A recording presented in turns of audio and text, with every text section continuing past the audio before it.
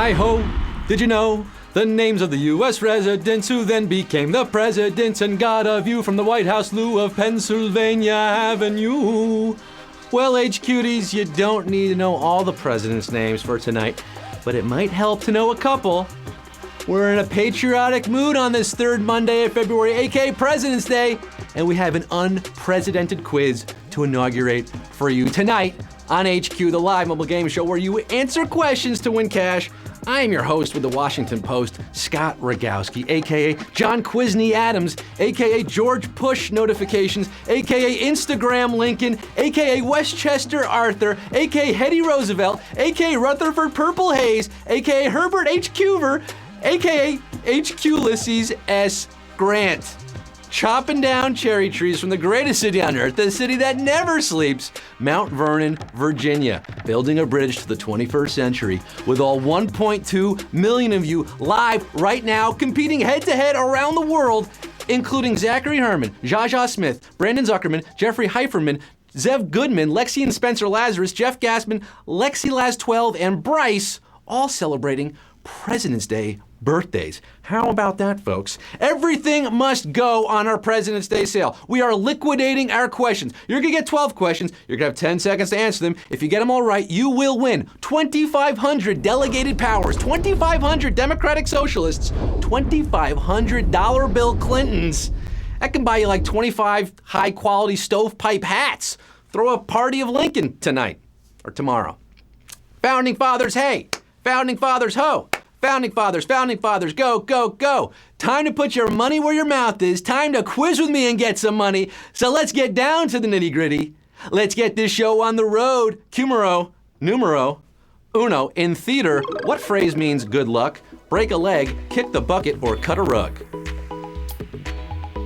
Theater. 'Cause I'm acting. It is bad luck to say good luck in theater. So instead, you wish that the actor or musician be met with excruciating femoral injury. According to one legend, the Shakespearean actor David Garrick was so deep in his character as Richard III that he fractured a bone on stage and didn't even notice. 1,271,107 knows it's break a leg, or break legs if you're one of the cool theater kids. 1.2 million, over 1.2 million, standing tall on both legs for Q2 medicine you can buy without a prescription is said to be available over the what? Counter, transom, or rainbow. Over 1.2 million on this President's Day evening show. Somewhere over the rainbow, a pharmacist will hand you Sudafed over the counter. You don't need a prescription unless you're in West Virginia. They couldn't handle it. 1,248,242 are going OTC. Yeah, you know me. The rest of you, mandatory drug tests for all. Send your urine samples to P.O. Box 4333, Hollywood, California. We are moving on to Q3. What university's mascot is a cartoonish clergy member? UC San Diego, Wake Forest, or Notre Dame? Cartoonish clergyman. UC San Diego, not to be confused with the University of San Diego, which is not to be confused with San Diego State. Although for the purposes of this quiz, it doesn't make a difference. You can confuse them all because the answer is Wake Forest and the Demon Deacons. Yes, and look at this. A brutal question at Q3. I'm calling this a savage question at Q3 because we just lost over 800,000, 900,000 HQties on Q3. Savagery coming early. 396,000 knows your college sports. I mean, shout out Tim Duncan. Come on, Chris Paul, Muggsy Bogues, Arnold Palmer, Ricky Van Veen.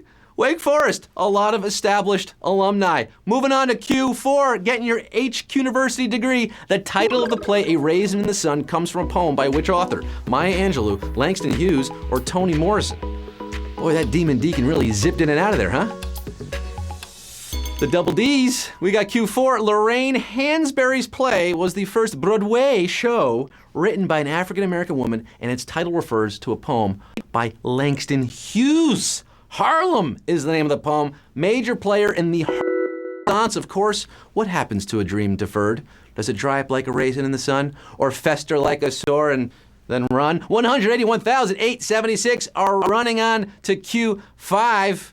Yes, you might as well be a raisin in the sun, as Smash Mouth so nearly wrote. Q5, which of these is an accurate statement about typhoons? Is it a type of cyclone? Do they originate as monsoons, or do they form south of the equator? Typhoon. In ancient Greek mythology, the winds were the offspring of the god Typhon. Today, typhoons are considered tropical cyclones that form in northern Pacific Ocean areas equivalent to the hurricanes in the Atlantic. So it is a type of cyclone, and 68,976 are swirling and whirling their way to Q6. I pity the foon who didn't get this one right, the typhoon. Q6, which president raised wartime funds by keeping sheep on the White House lawn? Dwight D. Eisenhower, Harry S. Truman, or Woodrow Wilson? There's your presidential question here. What better way to honor our presidents on President's Day than by trivializing them? This champion of the League of Nations and dedicated racist implemented this sheepish plan during World War I. Ba-dum, ba-dum.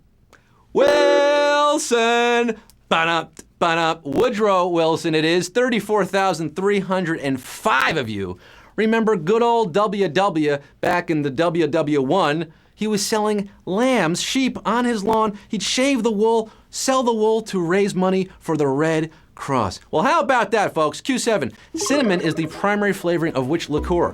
Goldschlager, Frangelico, or Drambuie? Baba Booey, Baba Booey. Baba Booey. Drambuie.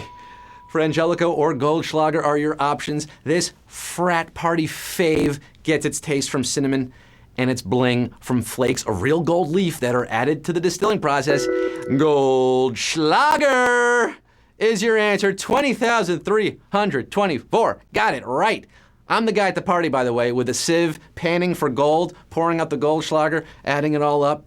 We may have some cinnamon girls in tonight's game, and boys, 20,000 plus, moving on to Q8. Which state's capital is likely named for a Native American word meaning good place to dig potatoes? Missouri, Kansas, or Arkansas? Looking for a good place to dig potatoes. Well, the capital in question is Topeka, which translates as good place to dig potatoes in a language thought to be Kansa, spoken by the Kaw people in what is modern-day Kansas. Does it make sense to you? Does it track? It follows? Good. 8,645 got it right. What's the matter with Kansas? What's the matter with the rest of you? Over 11, 12,000. You came so close tonight, but you are wayward sons, returning to your homes. The rest of you carrying on. 8,645 are not dust in the wind. Q9, by definition, a person with bad handwriting can be said to have what? Paresthesia, onychocryptosis, or griffinage.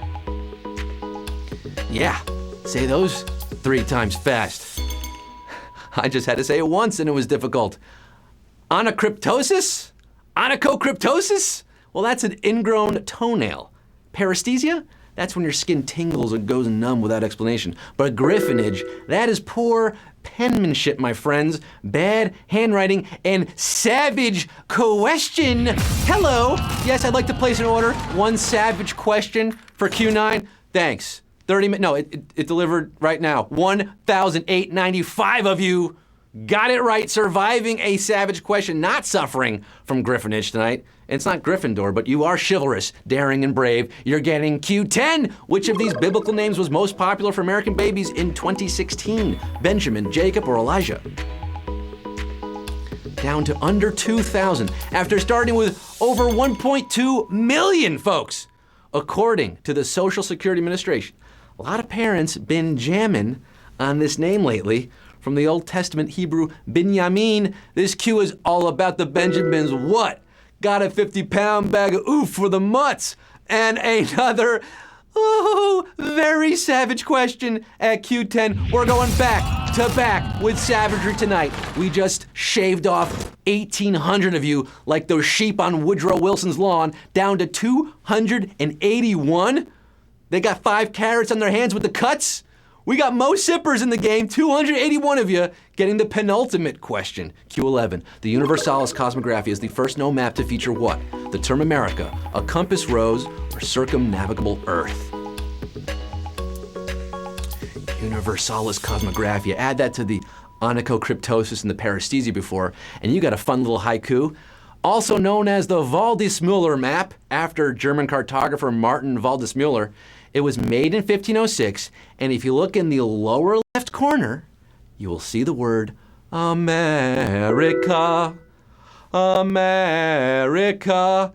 Savage question for America. 52 players surviving, remaining, back to back to back savage questions. Back to back to back AAU national champions. You're not Tom Amansky, but you could be winning big money with the final question of the night, Q12. This is it, folks. It all boils down to this. 52 HQTs, $2,500. Who's gonna make that money move at Q12? Earlier this decade, the billionaire creator behind What 90s Craze got busted for tax evasion. Beanie Babies, Tamagotchis, or slap bracelets. Now, a funny thing happens when people get rich. All of a sudden, they're not so into that whole being taxed thing. Yeah, offshore accounts much? In 2013, this guy was forced to pay a $53 million fine, plus 2 years probation and 500 hours of community service, for stashing some of his fortune, some of his Benjis, in a Swiss bank. He made that money on the backs of Chocolate the Moose, Flash the Dolphin, Legs the Frog, Cubby the Bear, Pinchers the Lobster, and so many more lovable, cuttable Beanie Babies. Ty Warner is the answer. Beanie Babies is the answer. And 39 of you are the winners, baby!